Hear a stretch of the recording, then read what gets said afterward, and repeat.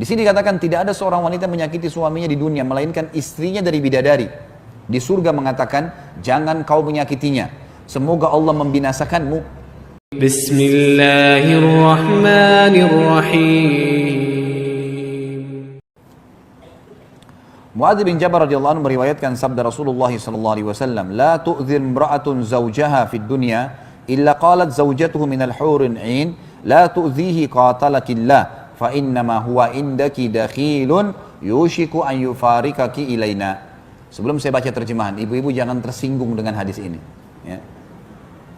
Jadi fahami dengan keimanan. Karena memang ini sabda Nabi SAW. Saya bilang tadi kehidupan di akhirat adalah poligami. Dan di dunia setiap istri disuruh menjadikan suaminya sebagai penyebab masuk surga. Ada seorang ibu telepon saya kemarin. Dia berkata, "Ustaz, saya mau bertanya sesuatu yang penting." Baik, silakan. Kebetulan saya lagi ada waktu lowong. Dia bilang, bagaimana hukumnya kalau seorang wanita izin sama suaminya untuk ngurus anaknya. Jadi rupanya ibu ini pernah punya dari suami yang lain punya anak, suaminya bengkalaikan. Lalu dia nikah lagi. Jadi janda nikah lagi sama seorang laki-laki. Maka anak-anaknya ini tinggal bersama ibunya. Kemudian dia lihat anaknya ini nggak ada yang urus, tinggal sama ibunya, nggak terurus, ayahnya juga nggak peduli. Maka dia pamit sama suaminya, minta mau lihat anak-anak itu. Diizinkanlah 2 minggu. Dia bilang, saya izinkan 2 minggu Ustaz. Tapi setelah saya pergi ke kampung saya itu, ke kota saya itu, kemudian saya urus anak saya, sekarang sudah sampai setahun. Saya nggak pulang-pulang, gitu kan. Maka suaminya marah gitu. Apakah sekarang istrinya berdosa, atau istri boleh nggak lebih memilih anaknya daripada suaminya? Bagaimana jawabannya? Saya bilang yang pertama, setelah tutup telepon dari saya, telepon suaminya minta maaf. Itu dulu pertama. Telepon, minta maaf, kenapa melanggar sampai setahun? 2 minggu, nggak bisa lebih daripada itu. Jangankan anaknya ibu, orang tuanya ibu, ayahnya ibu, ibunya ibu sendiri. Kalau suami izinkan 2 minggu lalu menahan, suami bilang nggak bisa, tidak boleh secara syar'i. Ini hukum Allah, bukan hukum manusia, nggak boleh dibantah. Allah telah jadikan suami ibu adalah di atas segala-galanya. Ibu renungin hadis Nabi SAW, awal amal yang dihisab bagi wanita pada hari kiamat adalah sholatnya dan hubungannya dengan suaminya. Ini luar biasa nih. Habis sholat, masalah sama suamimu bagaimana? Bukan masalah sama orang tuanya, bukan masalah sama anaknya. Artinya, sholatnya lolos, urusan suaminya lolos, yang lainnya jadi mudah. Renungi hadis itu. Yang disuruh ibu tanggung jawab adalah suami. Itu dulu. Kemudian hadis Nabi SAW, wanita manapun yang meninggal dunia lalu suaminya ridha, kecuali akan masuk ke dalam 8 pintu surga yang manapun dia inginkan. Orang bapak ibu sekalian, bapak-bapak terutama renungin ya, kita sebagai laki-laki untuk mendapatkan pintu 8 di surga itu pintu 8 pintu tertinggi, derajat tertingginya surga Firdaus namanya. Di sana 4 golongan, para nabi-nabi. Ini bapak-bapak sama saya sudah tertutup peluang ini, nggak ada lagi peluang jadi nabi, nggak mungkin. Para syuhada itu bapak-bapak sekalian, saya sama bapak harus tinggal di medan perang, tunggu musuh bunuh kita, itu pun kalau ikhlas. Orang-orang yang siddiq, jujur, tidak pernah dusta seumur hidup. Ada sini yang tidak pernah dusta seumur hidup? Di antara sahabat yang dapat julukan Siddiq berapa orang? Yang jelas-jelas Abu Bakar. Yang lain tidak ada julukannya nih. Dan orang-orang saleh setiap hari nangis, ibadah terus sama Allah. Duduk di masjid, baca Al-Quran, tidak ada dosanya. Ibu-ibu hanya mati suaminya ridho. Ridho itu merasa kehilangan. Merasa sedih, istrinya selama ini layani dia, itu saja. Mati, masuk dari 8 pintu surga, boleh dia pilih pintu mana. Makanya syaitan selalu menjadikan masalah sama suami nih.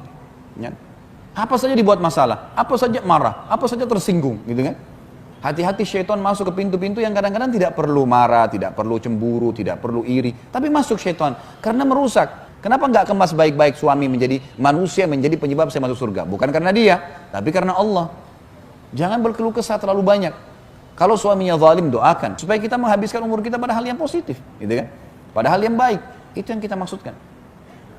Jadi saking besarnya pengaruh suami itu, ya, sampai nggak boleh keluar tanpa izinnya. Kalau meninggal dengan dia ridho masuk surga, melayaninya. Apa kata Nabi SAW? Wanita manapun yang menjaga 5 waktu sholatnya, nggak disebutin sholat sunnah.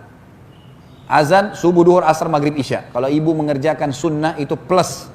Puasa Ramadan, gak diikuti dengan puasa sunnahnya. Puasa sunnah berarti plus, hanya Ramadan. Dan melayani dan mentaati suaminya pada hal yang ma'ruf, bukan pelanggaran agama. Temani saya, ayo ke ibu yuk, ayo ke ayah yuk, ayo ke sini yuk. Iya. Kecuali pada saat dia meninggal, dia pasti akan masuk surga. Dari 8 pintu surga dia bisa pilih yang mana dia mau masuk. Jadi fadilah yang sangat besar. Lalu untuk apa ibu-ibu membangkang nih? Untuk apa marah hanya karena lupa dibawain bunga kah, pesanan kah? Tidak sempat ditemanin ke acara perkawinan lah. Itu sesuatu yang kecil, urusan dunia. Bagaimana orang ini ridho, Tuhan saya ridho. Seperti kasus orang tua kita. Orang tua kita mau marah-marah, ya, mau dia orangnya buruk akhlaknya, kita sebagai anak harus bagaimana?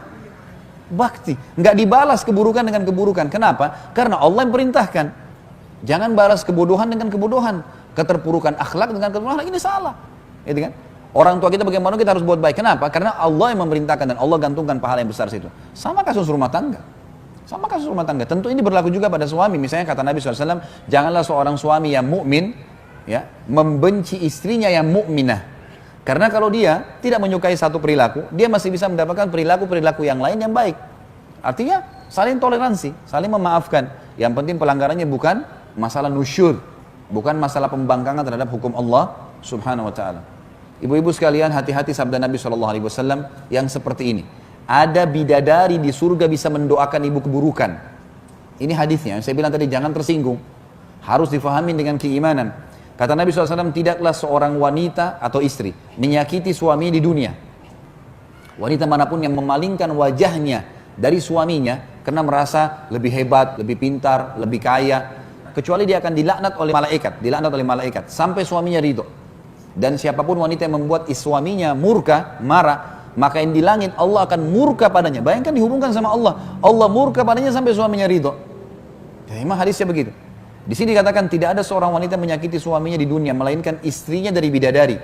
Di surga mengatakan, jangan kau menyakitinya, semoga Allah membinasakanmu. Sesungguhnya ia hanyalah seorang tamu di sisimu dan sebentar lagi berpisah denganmu untuk kembali kepada kami. Bahasa ini sebenarnya adalah bahasa yang tegas dari Allah yang mengajarkan para bidadari agar semua istri dunia hati-hati. Karena yang menghubungkan hubungan kamu bisa masuk surga dari tangan suami adalah aku, kata Allah. Seperti itu bahasa pemahamannya ya. Sehingga jangan sampai kita keluar dari jalur itu. Abu Hurairah juga meriwayatkan hadis yang lain, inna awwala zumratin yadkhuluna al-jannata ala suratil qamari lailatal badr wallati taliha ala adwa'i kawkabin durriyyin fis sama' likulli imri'in minhum zawjatan ithnatan yura mukhu suqihima min wara'il laham wa ma fil jannati a'zab. Rombongan pertama yang masuk surga, wajah mereka laksana bulan di malam bulan purnama. Dan rombongan berikutnya, wajah mereka laksana bintang yang bersinar paling terang di langit. Masing-masing orang mereka memiliki 2 orang istri yang isi betis keduanya terlihat dari balik dagingnya. Di surga tidak ada orang yang hidup membujang. Hadis ini menjelaskan kepada kita tentang adanya pasangan hidup di dunia akan bersama di akhirat. Punya makna banyak pendapat ulama. Yang pertama yang dimaksud dia memiliki 2 orang istri adalah kalau seorang laki-laki memiliki memang poligami di dunia, maka akan bersama dengan dia di akhirat, selama memang sama-sama beriman. Makna yang lain, kalau seseorang meninggal istrinya, kemudian dia menikah lagi, jadi kedua-dua istrinya masih belum cerai, maka akan bersamanya juga di surga. Ini makna yang lain. Makna yang lain juga kata ulama adalah, yang dimaksud dengan memiliki 2 orang istri, kalau ada wanita dunia yang meninggal belum sempat menikah, gadis, ini semua akan menikah dengan ahli surga. Jadi tidak ada bujang lagi, tidak ada orang yang tidak ada pasangannya di surga. Maka dia akan dinikahkan dengan salah satu ahli surga dengan hikmah Allah. Ini salah satu pendapat.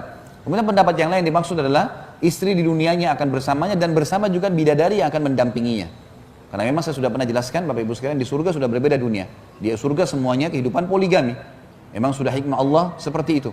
Dan sudah tidak ada urusan kayak dunia orang cemburuan, orang merasa persaingan, ini sudah tidak ada semua. Semua masalah penyakit hati, masalah cemburu buta, dendam, segala macam ini sudah tidak ada. Dan Allah memuliakan wanita dunia dengan menjadikannya pemimpin para wanita di surga. Ini yang dimaksud dengan makna tadi.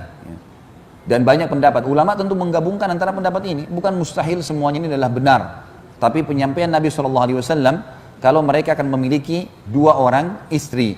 Dan disebutkan cirinya. Isi betis keduanya terlihat dari balik dagingnya. Artinya ini sangat indah, sangat memiliki kesempurnaan fisik. Ya. Makna sebagian ulama mengatakan ada orang kadang-kadang kalau putih sekali kulitnya, kulit putih yang sangat putih sampai membuat urat-uratnya terlihat. Bisa ini maknanya, bisa juga tidak. Bisa juga makna lebih dalam daripada itu, karena memang di surga sudah berbeda, tidak seperti apa yang kita bisa bayangkan di dunia. Allahu a'lam. Alhamdulillahi Rabbil Alamin.